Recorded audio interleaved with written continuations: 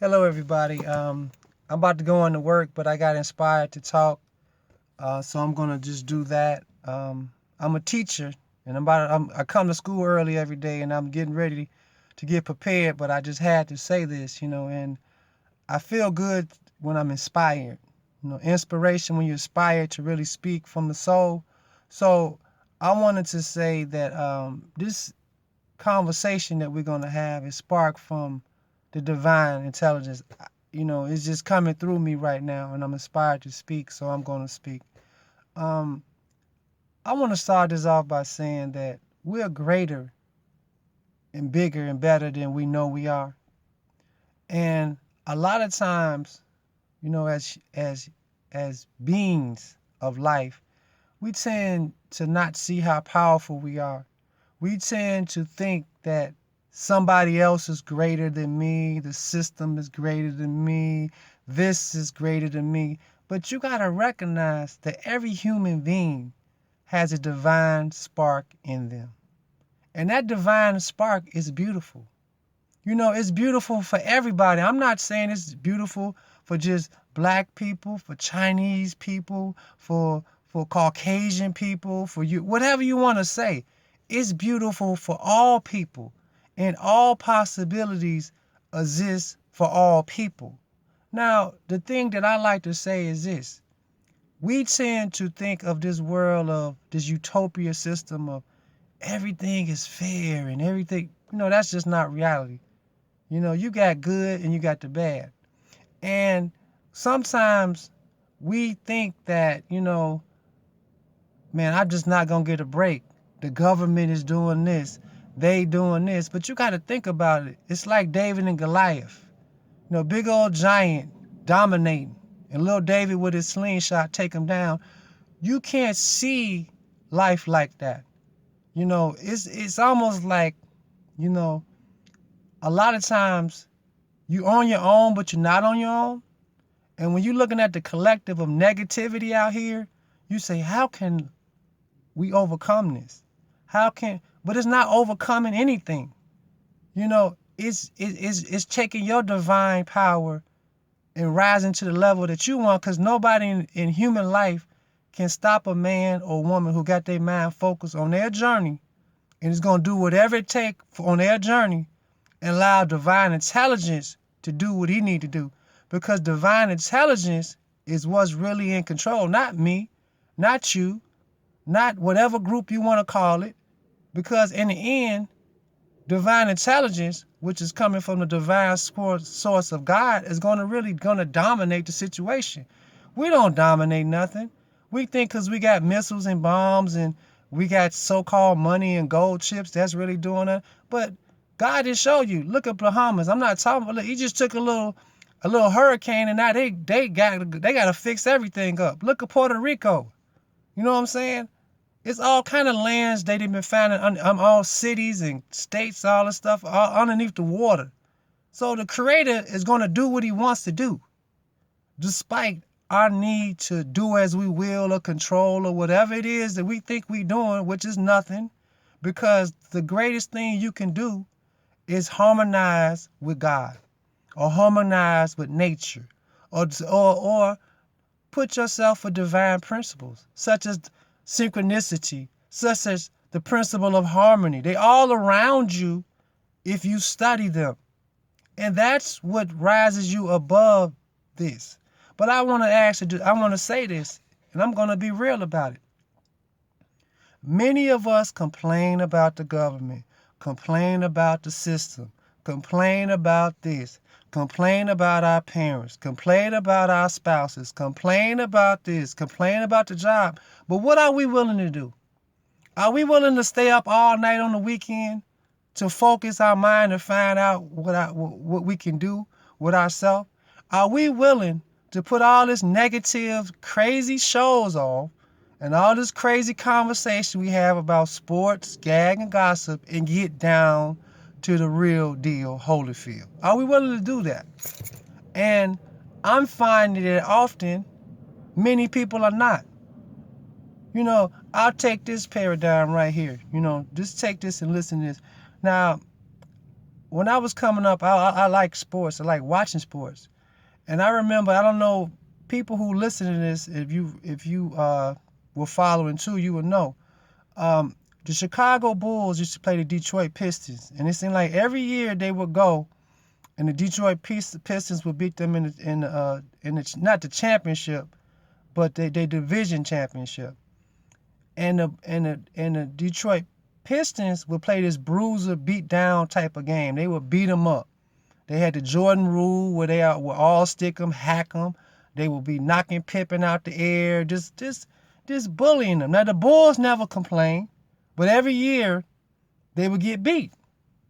So the year they won their championship was in which is 1991. Phil Jackson sat them down and said, "We're not going to play bully ball.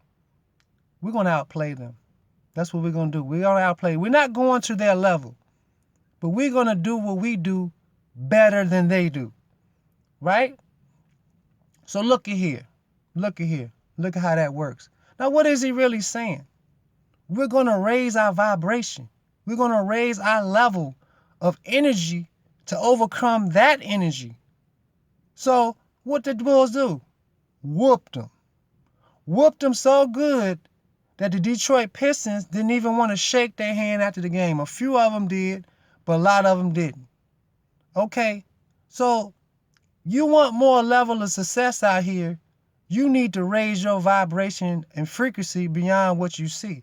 Now, the key is you can't be a victim or blame somebody else or something else outside of you for your plight on life.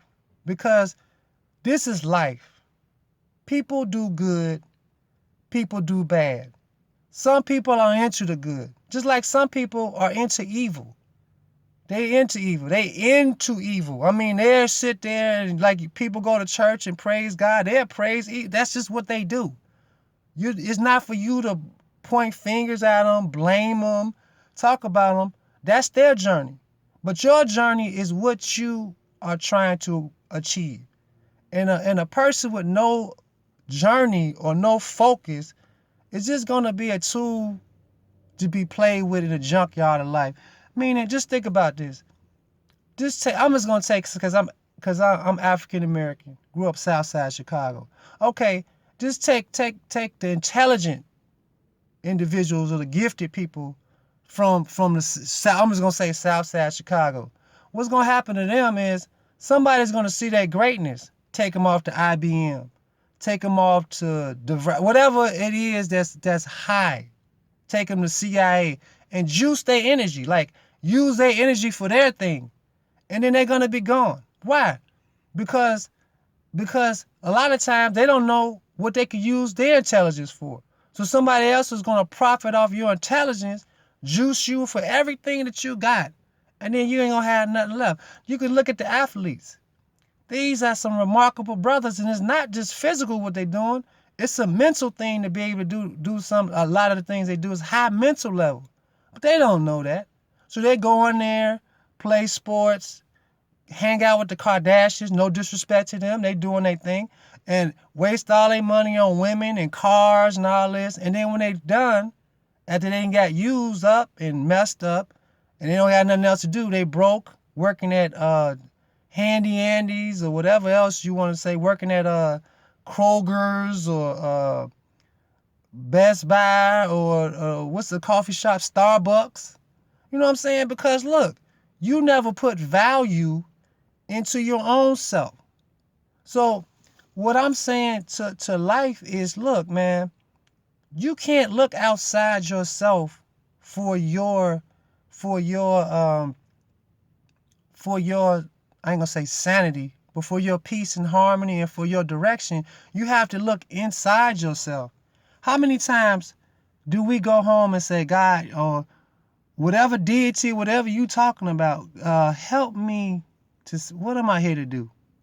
How do I accomplish my goals? What is my life about? You know, how often do we do that? How often do we get real and say, man, I want to do something that's meaningful. I want to do something that means something, you know, because I'm going to say this, it's easy to give up on life. It's easy to just get along and go along. Just get up every day, go to work, go home and eat, and and then maybe spend some time for people who got significant others, and maybe go out here and there. But your whole life is that. Do you go till you 70 years old, retire, and then that's that? Then you retire, and oh yeah, I'm free. I can do what I want. You barely can walk. I can't even dunk no more. I can't even shoot a jump shot. I can't even run no more because my legs are bad because I didn't work to death. And now I'm so-called free, but now I don't even have the energy. So is that sensible? But ask your not human, but ask your being itself.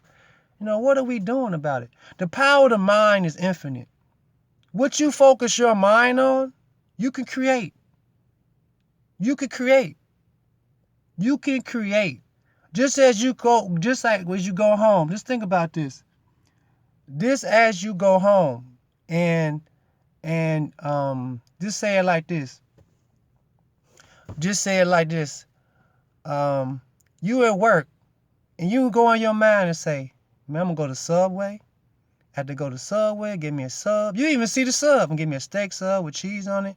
Then after that, me and my wife, I'm going to go down to Buckingham Fountain. You doing it in your mind.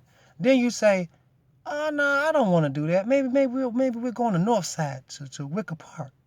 Oh no, you know what? Let's go to Skokie. Then we can go to the show. And you do that in your mind, and then you do it. You can't tell me you're not visualizing and doing. So it starts with the mind. Now, it starts with the mind, but that mind and that force was given us from the Creator. The Creator gave us this. But look, when we live in that dull life, go to home, go to work, go a job that just ain't doing nothing, and we impinged on doing something in the system that doesn't have nothing to do with us. Like I work in the school system. I know that stuff ain't good for the children. I gotta alternate. It's not good. It's not good for them because it's not real. For example, why do children at a young age learning about checking accounts and what is their true talent, and things that can lead them on to another life? No, you learn how to be a citizen, how to be a good old boy, how to not buck the system, how to not ask questions, how to just say, yeah, I know that. When I was in kindergarten, before I went to kindergarten, man, I was so sharp, I was so fast, I was flipping off stuff. I was going so fast, my mother didn't know what to do with me. She thought I had some type of special ed problem or something like that. All right, I went to first kindergarten. It was playtime, and we had this little toy set where you could put a box into a box, a circle into a circle with shapes. So I was putting all kinds of stuff. I was putting shapes that don't fit in shape. And the teacher gonna stand over me and say, let me see you put the circle into the circle. So I wouldn't do it. I said, ma'am, ain't this playtime? I'm playing. You know what I'm saying? I'm playing. I know how they work. So they had me take all these tests, and then I passed all of them. And my mother said, take this boy out of this class because he knew more before he came to the system. Now, when I got to first grade, I was in class, and the teacher was teaching. I didn't know what she was talking about because I wasn't feeling it. My mind was on something else. And it was this girl named Sugar Bear. I can't remember her real name, but she lived right around the corner. I'm trying to cheat off her paper. She turned to the side like, leave me alone. Stop. Because what I found out, this range of knowledge was too slow for me. It was too slow for me, and I learned it now. I'm not feeling it. You know what I'm saying? I like to tune into life and see stuff beyond this physical, because one of my students asked me this, and I agree with him. Once you learn how to read, and once you learn how to do math, then, we need something else. I agree. I mean, once you learn how to do math, and you know how to read, and you know how to articulate yourself on paper and write a sentence and all that, don't you need something else? Maybe I need the meaning of life. We need to know, what are we here to do? Why am I here? Not just to make money, but I realize this system is built around making just material. Nothing else. Now, I'm not against material, because I say this. You have people that's very spiritual that I call mystics. They sit there and say money is nothing, but they living in their mama basement, or they living over their cousin house, or they going place to place because they don't got nowhere to stay. Yeah, money ain't nothing, but you ain't spending the time to accumulate no wealth some kind of way. And now you got to lean on somebody else that is making money, so that don't make sense. Then I see the person that got all the money in the world and they unhappy and they angry and shooting up stuff or wasting all their money and just tricking it off on stuff because they're not happy. They don't have no spiritual understanding or essence of life. So they messed up. So I have to ask myself, I realize the true test of time and the true wealth is when you find the value of life. And the value of life is you. And when you take things and you master them and you understand them and you put your time and effort into those things, then there go a value right there. And when that value is created, then you can make economic wealth, because if you then took something and found all the attributes and aspects to something and you know it works, and you come out here on the plane of manifestation, don't you think you're going to make some off of that? That's what they do all the time. What's the internet? What's the Google? What's all these things? But see, the thing about it is it takes time. Are you willing to take the time or not? Are you willing to do what it takes? That's what you got to ask yourself. Are you willing? I don't know if you're willing. I don't know if you're willing. You got to ask yourself, are you willing to do it? But the reality is we got to go far beyond this little life we lived and perceived if you want to really be truly happy, because you can't be happy by just going to work and coming home and complaining or being cutthroat materialism. Just you going to get money at any cost. You can't do that either, because what happens is you destroy your inner reality where you're not going to grow and evolve. You want to grow and evolve in this world. You don't want to sit there and be the same person you always was. You don't want to sit there and the same thing you were talking about in high school, you talking about it now, just with a beard. You know what I'm saying? You're 45 years old talking the same stuff you talking about high school. And that's how people act. I see 50-year-old men, and that's all they talking about is how they gonna get at this girl. That's their whole conversation. How I'm gonna get in her pants. That's it. Nothing else. 50, you should have some knowledge, wisdom, understanding to share, and you should have your mind set on something else. Ain't nothing wrong with having relationships, but your whole sole purpose in life shouldn't be that, and that means growth. If you look at the athletes, you look at the artists, and it's all colors. You look at musicians, they all talk about little kid stuff. They all act like little kids, teenagers. They never grown up.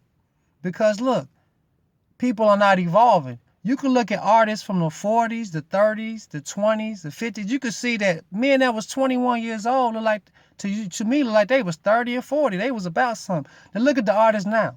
They talk the same old shenanigan foolishness from the system, because it's a non-evolving system that doesn't create value. You are the value. And when you take things and you find inner meanings and purposes and things, and you take the time, you create a value for societies and humanity to grow, and for children and people to change. Now, we keep talking about the same old foolishness, and people are shooting up schools and all this other stuff, but we never try to say, what's the reason for this? What's the reason for people being all like this? What's the value to life? People haven't unlocked the value because they don't know how to unlock the value. And it's the system, whereas those who have, the little 2% or whatever you want to call them, they got it, and nobody else do. So everybody else is scrounging, looking outside of themselves to create in a system that don't exist. That stuff don't exist. It's just you and the value that you create. And no human being can go on your bed at night and sleep with your mind. Can't no human being tell you what to think when you walking down the street. Can't no human being tell you what to do when you by yourself. Only you, but you got to have a purpose and focus that says, hey, I want to find something about life, because those who seek will find. That's just the door. But you got to try. See, you can't live, I'm going to say this like religion, but I'm not trying to offend anybody. You can't live going to church on Sunday or whatever it is, going to the mosque on this week, and then do whatever you want during the week. This is a lifestyle. You say, hey, I want to dig in and find the end and meaning in life. You got to have passion, fire, that you want to know something else, and you're willing to do what it takes.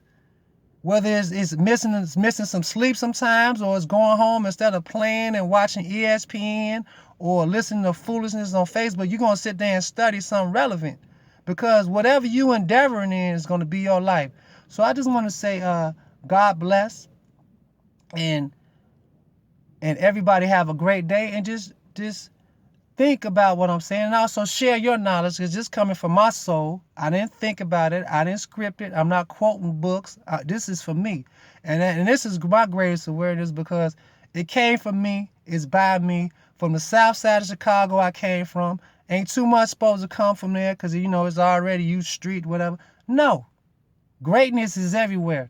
And I'm proving greatness is everywhere. And I'm an individual that's going to tap in and go to that next level in the best way I can. Thank God and God bless.